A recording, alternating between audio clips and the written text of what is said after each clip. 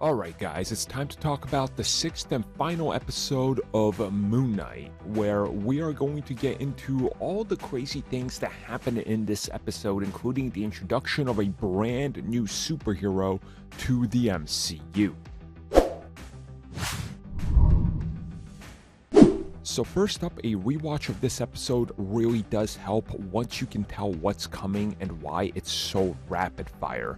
I still think that this show overall featured some pacing issues, which I'm going to talk about in the audio commentary, and I'm pretty sure the guys will talk about this more in the spoilercast wrap-up as well. And of course, if you guys would like the audio commentary, it will be out later today, and there's plenty to talk about here. And of course, all the previous audio commentaries and multiple new ones coming over the course of the next month.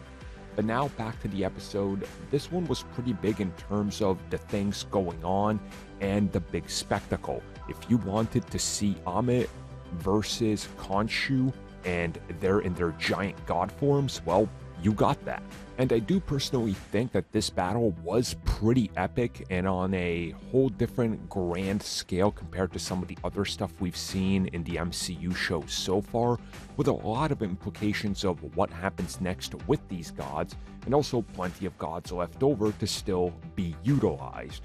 But I think the big thing that happens here in this episode during the course of it is the introduction of a brand new hero. So Layla officially does become the avatar of another god.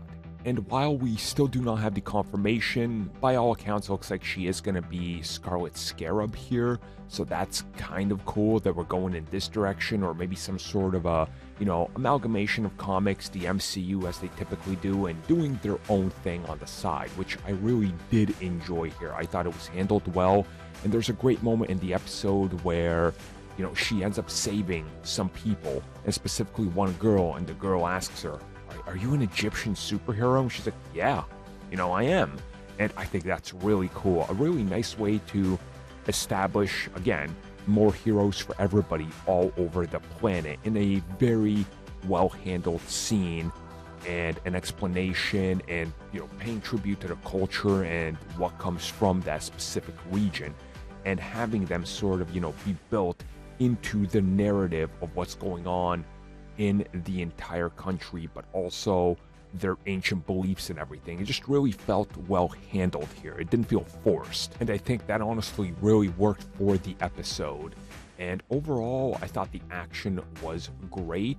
Once you start to rewatch it, once it clears up sort of, what direction you're going in, I think it's handled a little bit better than my initial first viewing.